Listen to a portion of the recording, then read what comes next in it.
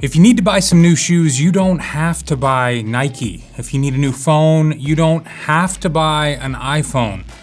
But 99% of you, if you need to buy a drone, you're not gonna consider anything other than DJI. But there has to be other drone makers out there.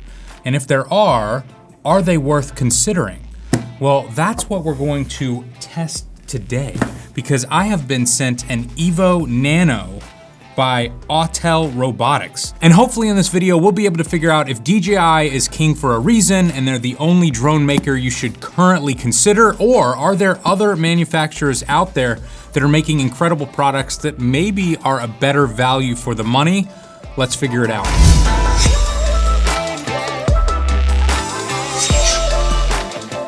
I wonder if they sent me like a refurbished or a demo unit, because now I'm seeing there's like cat hair on this bag. So maybe this isn't totally new. We've got more screws in here, not good. And lots more cat hair. I do not own a cat, so not mine. Oh, interesting. Okay, so this is very similar to DJI's Fly More kit. We've got multiple batteries in here, and then we've got a multiple battery charger as well. Straight out of the box, I will tell you that this is incredibly cheap feeling. This does not feel anything like the build quality of a DJI drone. That being said, I have no idea what the price of this is. Maybe this is very cheap. We'll learn about that in a little bit. One of the propellers is destroyed right out of the box. I don't know if you guys can see that. Not good. One thing that I really appreciate about new DJI drones is that the propellers have this push turn mechanism, which allows you to take the propellers off and replace them really instantaneously without any tools at all. This only comes off with a screwdriver. So that is a bit of a pain.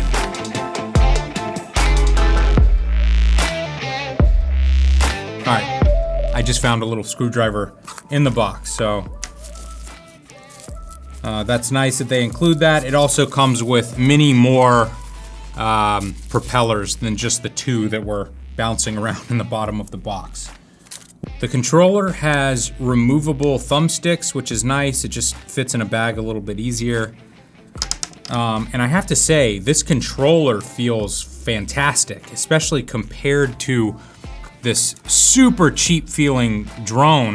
This controller feels super hefty and well built, and this remote might actually feel better than DJI remotes.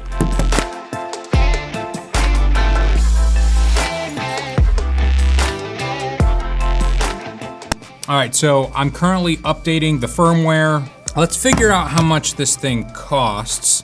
And one thing that is a little annoying, normally you would never have this sitting on the desk, but the fan is very annoying. You hear that? We'll put this under the desk for right now. All right, before I actually look this up, can I guess how much this product cost? Just based on the size of the drone and the quality of the drone, the way that the drone feels, I'm gonna guess this thing is like $500 to $600. Oh wow. So this thing currently is $1,050. So it is almost double what I was expecting. The reviews on Amazon look really good. People seem to love this drone. So maybe it feels like, you know, cheap plastic, but maybe it's a really high quality drone. We will see.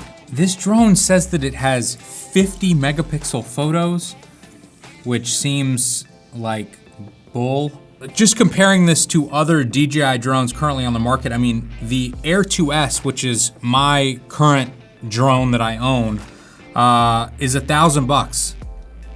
And so keep in mind that's only with a single battery, whereas this has 3 batteries that come with it. But still, I mean, it's kind of a comparable price to an Air 2S. I can't imagine this thing is going to be able to compete with my Air 2S, but let's put that to the test. Let's go outside. Let's put both of these drones up. Let's see how they fly. And most importantly, let's see what the footage actually looks like. I have to say, I'm still thinking about the price of this.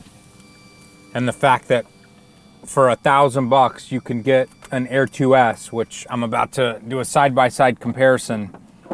I just can't imagine this thing is going to be able to compete at all, but let's keep an open mind. One nice thing about this drone is it seems to have many of the same safety features. It's got GPS, it's got those front-facing, back-facing, and downward-facing proximity sensors, so it's not going to let you easily crash into things if you don't want to. First impressions, it's flying nice. Footage transmitted to my phone. I'm seeing a few drop frames here and there. I don't think I have that problem with DJI. Controls are identical to DJI. Even the tilt control on the back of the controller here. Really, a lot about the app is almost identical as well. Let's take some 50 megapixel photos.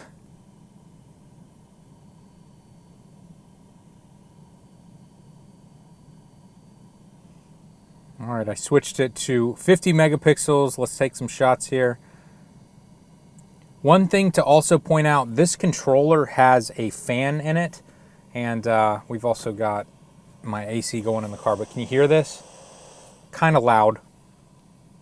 One other thing I'm noticing in terms of the video settings here, this drone can only go up to 30 frames per second, and honestly, that's what I shoot in most of the time anyway, but the Air 2S does have the option for 60 frames per second, so that's definitely a downside for those of you who shoot in 60.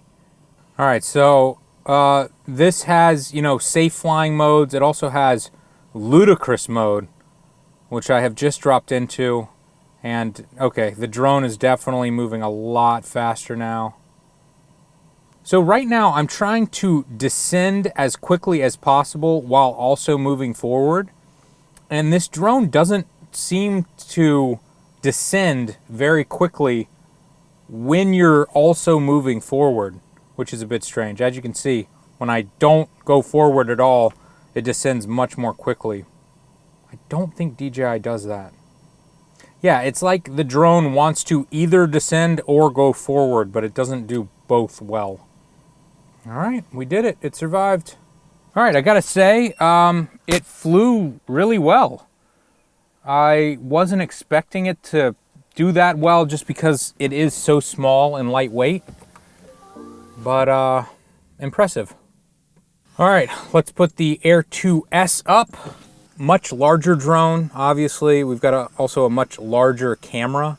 I'm certainly expecting the footage out of this to look much better. This camera says that it's 50 megapixels and this one is 20. So obviously, megapixels are not everything. So first of all, the Air 2S feels much faster. I'm not sure what the top speed of either of these drones is, but the Air 2S definitely feels like it's moving. All right, so this is interesting. The Air 2S is limiting how high I can go.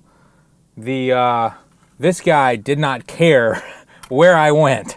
So maybe in that sense, you're a little bit more limited with DJI. Overall, there are certainly more similar with these two drones than there are different. I'm not sure I can tell that much of a difference in the way that they fly. They're both very steady. Controls are identical.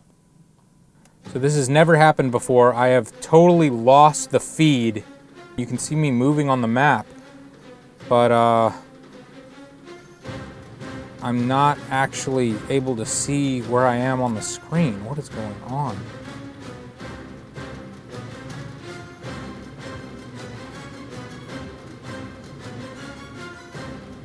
Now my whole screen is black. All right, so I've been talking up DJI. DJI is failing me at the moment. I'm in a bit of a bind. I can definitely hit the return home button, but I'm afraid I'm like right in the middle of trees. I'm afraid I'm gonna get stuck in a tree.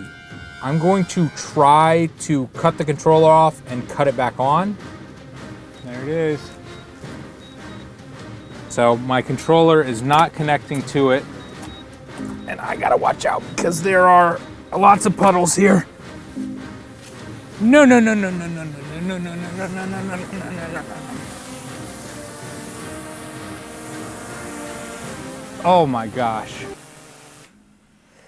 I wish I could have gotten video of that, but I just saved the drone by running into a puddle. Oh my gosh.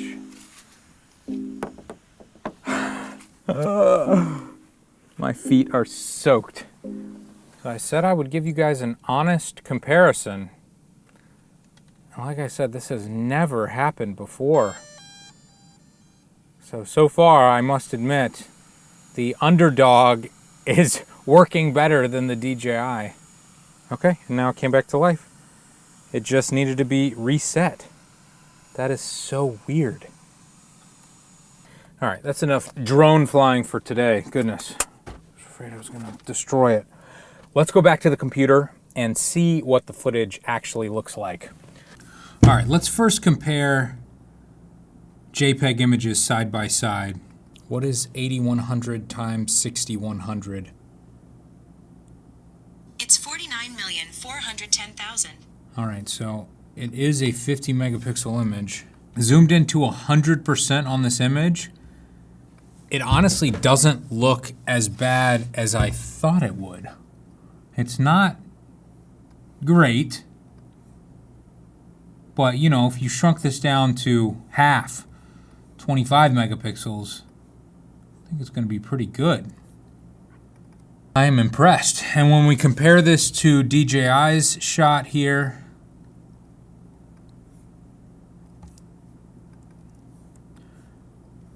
there's no doubt DJI looks better at 100%. But what we need to do, to be fair, is we need to take the 50 megapixel shot and shrink it. It's way closer than I ever would have dreamed this little guy could have done. The images out of this look really nice. I am very surprised. Let's watch some 4K 30 video. There's a little bit of over sharpening going on with the Nano, especially things that are far off in the distance, and I'm sure you're not going to be able to see these little differences on YouTube because I can barely tell the difference myself. This looks really, really good. Switching back over to DJI, I do prefer the image out of the DJI drone, but man, this is way closer than I ever thought it would be. So I've done a little bit more research on this drone. I've read a bunch of the reviews on it, and from what I can tell, the reason why people are choosing this over a DJI drone is because this is not locked off like the new DJI drones are. Depending on where you live and where you want to fly, there are no fly zones and there are all these rules. And basically you have to connect your phone to the DJI and you're only allowed to fly in certain areas at certain heights. Some people in the comments were saying that they live on a farm and they're near some other no-fly zone and they can't even fly a drone on their own property indoors, which is very frustrating. So they had to return the DJI and buy something like this, which allows you to fly anywhere at all without any sort of restriction. I have filmed the end to this video like 20 times now, and I'm not exactly sure what to say or where I stand. I thought I was going to hate this thing, and there are certainly things that I don't like about this drone, but the image quality is so good. But my biggest problem is just the price. At $1,000, I cannot recommend this drone. I would definitely recommend something like the Air 2S here. But if you could get it cheaper, and I've looked and you can get it a lot cheaper on eBay, would I recommend this drone? It's certainly worth considering. The image quality out of it is way better than I expected it to be. It's incredibly small. It's not locked down like DJI drones are, so you can fly it anywhere, but you should be safe. So for that reason, it's certainly worth considering. But man, that price, they really need to lower the price.